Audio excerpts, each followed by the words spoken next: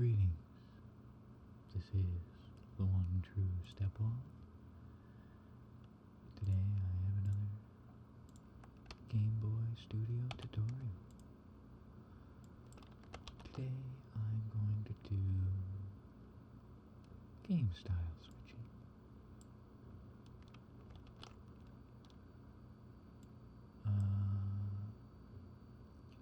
It's something that's included in the sample scene. I feel like it deserves a little more attention than it gets. So here we're in our top-down 2D scene.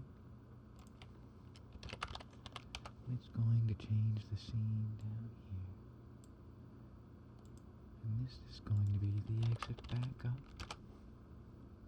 And climb up. I'll put this over here. That makes a little more sense. Climb up there. And all the script I have for you today can't even really be called script. It's just this right here. That was it.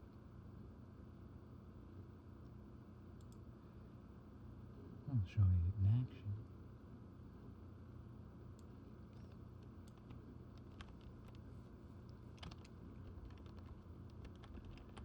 That's all you gotta do.